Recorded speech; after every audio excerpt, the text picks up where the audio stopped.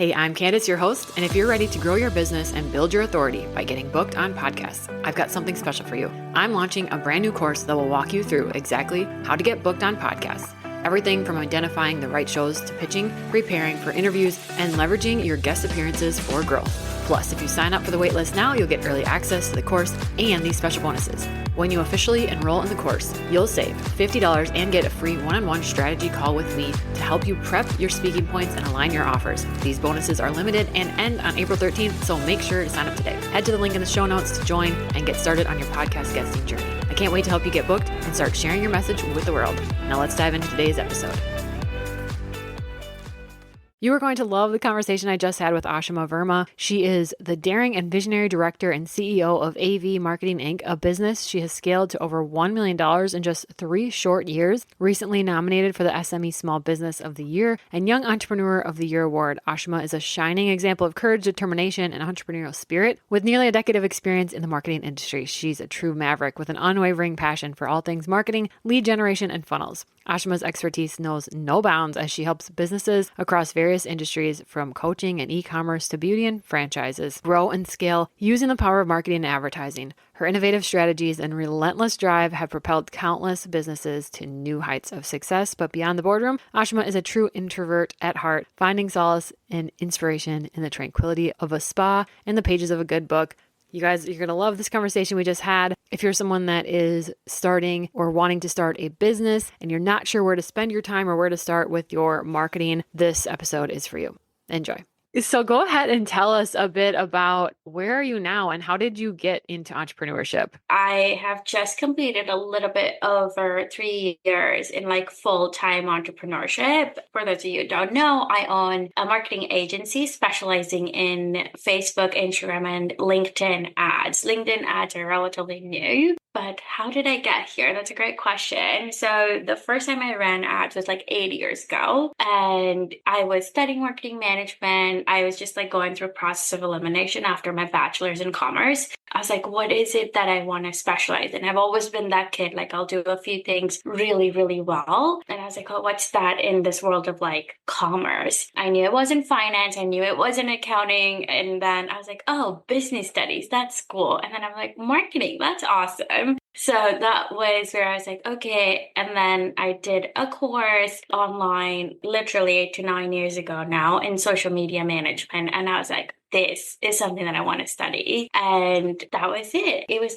truly a bolt went off. And I was like, okay, this is what I want to learn about. Started studying, got hired right away through my school for a small jewelry business. That person went on to Dragon's Den, which is our version of Shark Tank. And that was just awesome. And then I ended up getting a job at an ad agency, which was also really great. And it was one of the best co-ops in my school. And then I was like, I might be good at this. And then I just honestly started attracting clients, even without trying, if I'm being honest. Mm-hmm. Or maybe I'm playing it modest. I thought I needed to have a full-time job. That was my assumption, but also it was true because I just moved to Canada around the time for my education. And then to get my permanent residence, I had to have a job. So I didn't even properly entertain the idea of business ownership. To me, it was just doing something on the side to pay off my student loan, which I did within the first 2-3 years of doing my business on the side. And then I was like, what am I doing? I should go full time. What was that moment like for you, or how did you get to that realization of this is not a side business anymore? This is time to jump into this is the business. What was that like? I just remember it so clearly. You have whispers and then they become really loud. That was my experience, my intuition. At the time, I did not know, but I thought it was intuition. It was just so strong. I'm also usually a very logical person. So I remember being at this cafe/restaurant in a small town because I needed some time away, on a solo day. And I had my journal with me. I'd ordered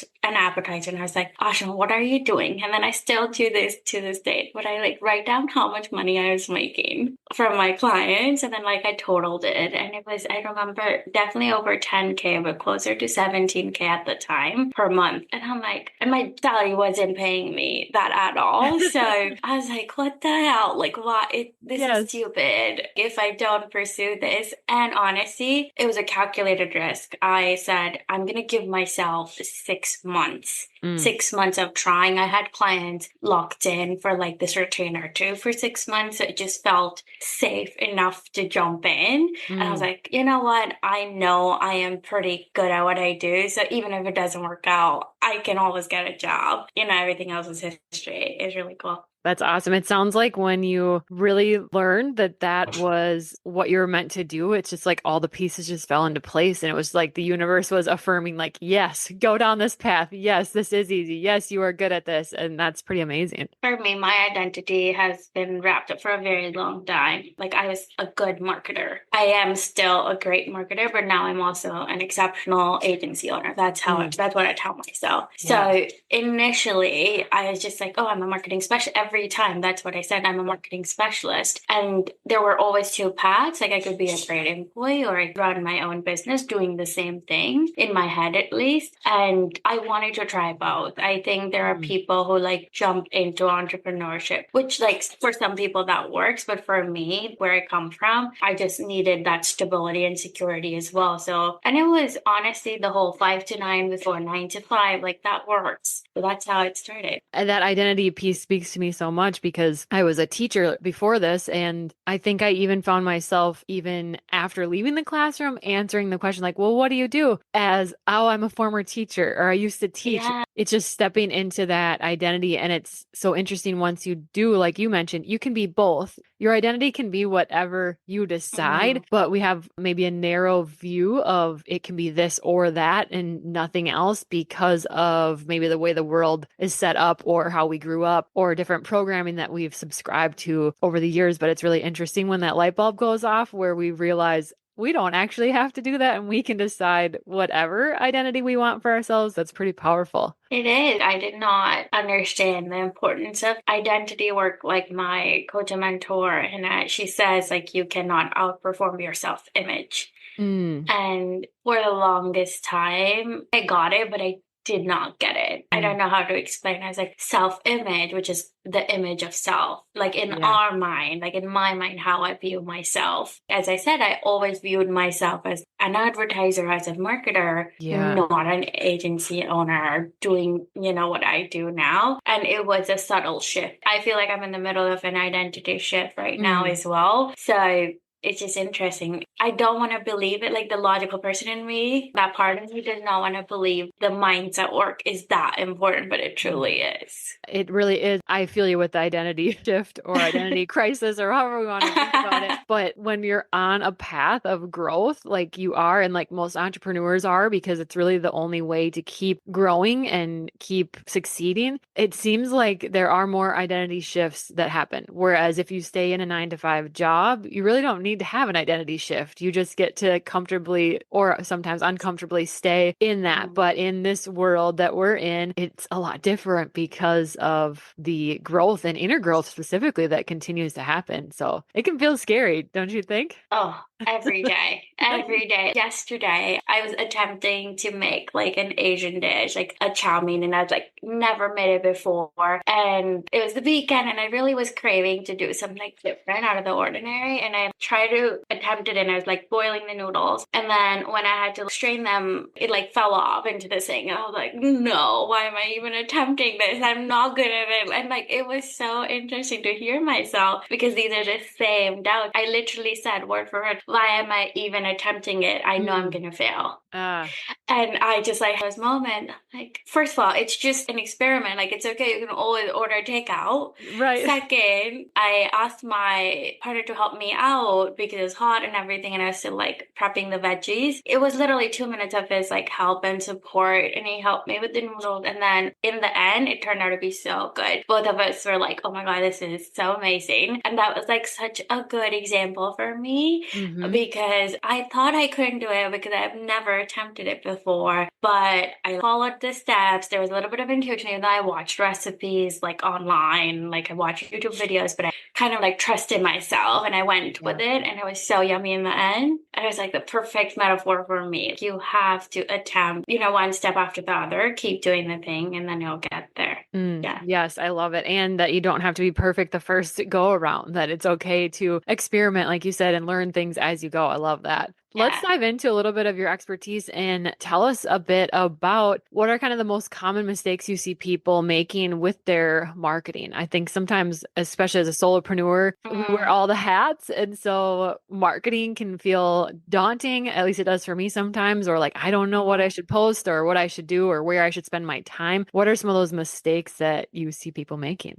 This might be controversial, but I do feel like I want to say this and share this. A lot of people place too much importance on marketing to the point it paralyzes them to Mm, act and just test. So I had this rule, and because of my career, I worked with like literally like the biggest accounts, like truly celebrities. And I've also worked with solopreneurs who have like smaller following. And something that I've noticed is that there is no relationship between how many followers you have and how much money you make. Someone out there who's just thinking like, oh, I only have like 500 followers. What am I even doing attempting this? I have like 2,500, under 3,000 followers, and I have made almost 1.5 million in last 3-ish years. If I truly just looked at, a function of followers, it is not. Also, like to get to these numbers, like you don't need thousands of followers to get to your result. Marketing can be done in a micro one-on-one way as well. Social media marketing is obviously an amazing tool, but the pressure of going viral is just killing our creativity, honestly, because mm, we're optimizing for these vanity metrics and not necessarily sales. In general, the number one mistake that people are making is that they're making the content for views and not sales. mm, According to me, as an expert service provider, I think that you need to have a lot more thought leadership content in addition to your how to's, or in addition to like just random lifestyle content. Like you need to show up as the authority that you are. mm. If you're working with clients, show the clients, or like not exactly. A lot of times I don't share the name of the client, but I share Right. the stories, the case studies. And I Yeah. think that is truly what gets me calls or gets us clients. And I had this rule and it worked out for me. So I would just like to offer it to someone who's like between that 0 to 6 figures revenue range. I said this to myself all the time, like conversions before content. Just get the sale and then you can work on marketing, because for the first 6 figures, I say it specifically to whoever's listening in that range, you need to have some proof of concept. Like, hey, whatever I'm doing is going to convert. I would focus more on the one-on-one chats, the networking events, closing the sale based on your expertise first before I go like, oh, I'm spending 60% of my time in marketing. I think Mm. sales and marketing are also two different things, also something that people forget. Do you want to explain the difference for us? Of course, if your company is like, I want to say 500K and above, obviously you have different team members for those two different departments. But as a solopreneur, sales is getting someone who's like basically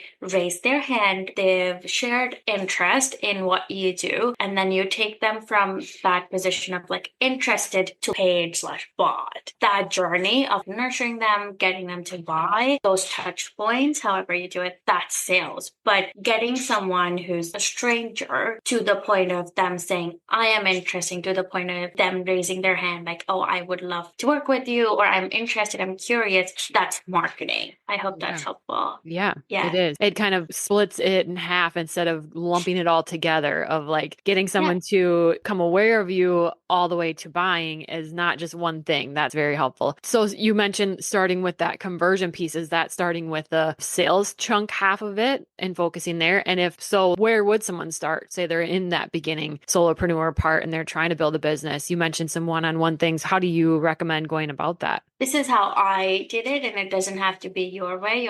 I always say this, maybe because I'm in like the agency world and we serve clients one on one a lot. One size fits one. So everything that I am saying, it might be helpful, but you know your strengths the best. Like, Mm, let's say if I was a video editor and I was like extremely good on camera or like content, doubling down on content does make sense for you. But if you're like the average people and you're good at what you actually do, then in that case, I would start with building genuine relationships versus like getting the sale. I feel like building relationships, I think podcast is a great place because you do get to do that. I think another thing that I would try is showing up to events with this attitude of giving or adding value. I think a mm, lot of times, one of the first few projects that I got was because I was a part of communities, paid or free actually, or online or in person, where I just like offered to help. I think that's where it started. I love the concept of like charging your word and then add tax. I am like so down for it. But if you're also between 0 to like 100K range, mhm.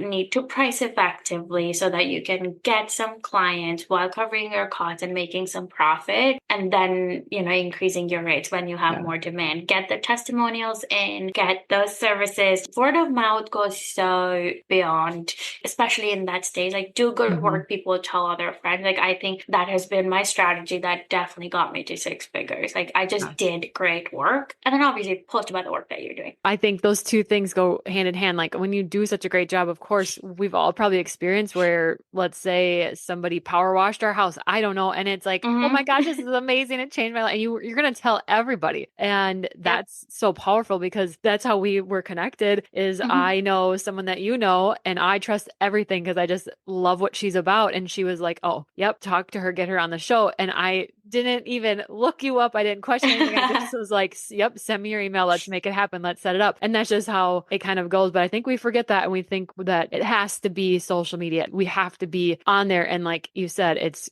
fantastic and it's a great tool. But yeah, let's not forget about that piece. You have scaled your own business. What's the Yeah. secret to scaling to the size that you have scaled to with your own business? Great question. It's hard to like pinpoint, but for me, my personal secret has just been investing in this business. I recently started investing my money in stocks, etc. And oh my God, the way people celebrate 10% increase is wild. I mean, meanwhile, in my world, we're generating like 3x, 5x, 10x, 13x return on people's investment. And if you are in this online coaching bubble, you are expecting a lot more than like an average business person from your business. My personal secret has just been investing or reinvesting in my business, my own growth as well. I truly believe that you have to find your own communities. Most of my clients, that's how I've met them. I've been in great communities. I've also been in communities, unfortunately, where I was like, these are not my people. They're great, but Mm-hmm. these are not my people. So having the discernment and investing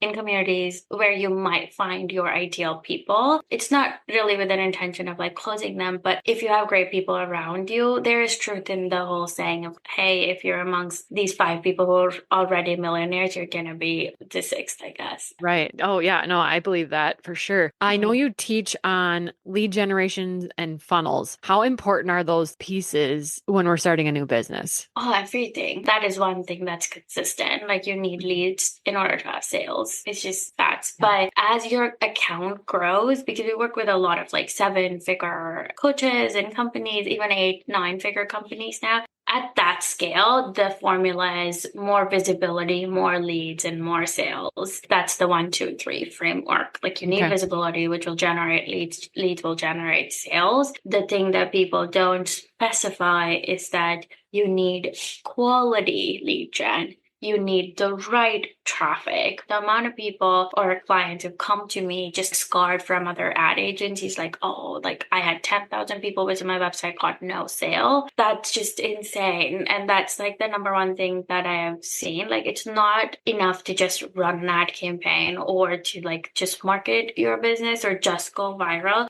Maybe like a quick example of what a funnel might look like for someone that's starting. Such a good question because first of all, I did a recent presentation at this event called Rise Above Summit, and the topic was the fun in funnels. I think it might be helpful for your listeners to get the slides because it was just like so information packed. So I'm happy to share those slides with you later too. We'll link it in the show notes. The biggest thing was, that's what I said, like your funnel could be as simple as someone finds you online or in person, books a call with you, you can convert them on the call, and that's it. That could truly be the funnel. And then hopefully you upsell them into more services while they're your client. That is also a funnel.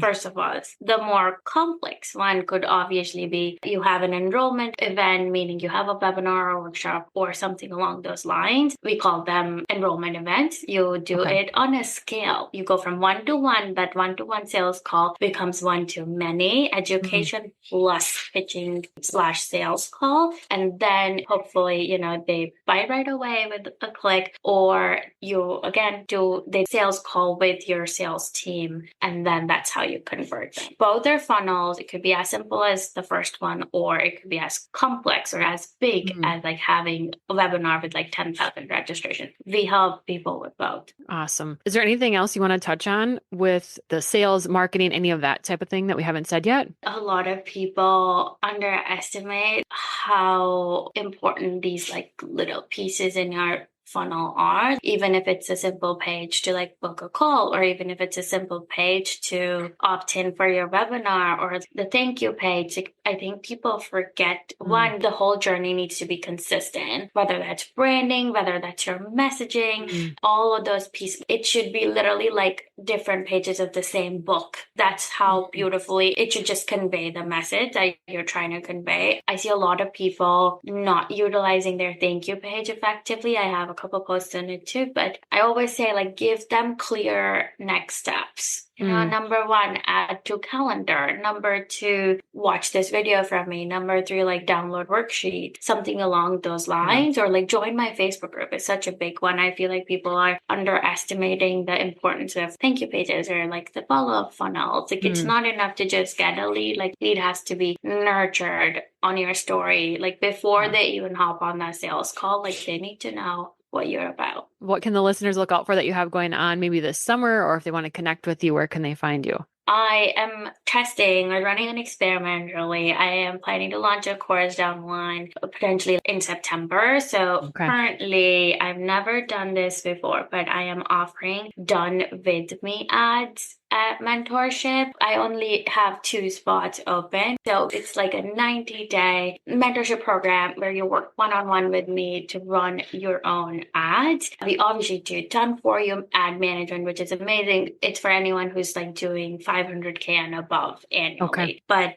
done with you, you learn the skill set of doing ads for you, for yourself or your clients. And I think it's really helpful for small businesses to learn that skill early on so that they don't depend on going viral and doing all of these things and like not being present with their families and the actual thing that they, wanted in the first place. Oh my gosh. Thank you so much for being on. This was so helpful. Where can we find you and follow along with your story? The first place that you can find everything about what I do is like my website. It's www.aashima.com. So that's my name, Aashima Verma. You can also follow along on LinkedIn or Instagram. I usually hang out on Instagram more than I do on LinkedIn, but I love both of these platforms. Wonderful. Thank you so much. We're going to link all of that in the show notes, as well as the resources that you mentioned. We'll link that in the show notes. You just gave us so much knowledge here in just a short bit of time. So thanks so much for being on. You're so welcome.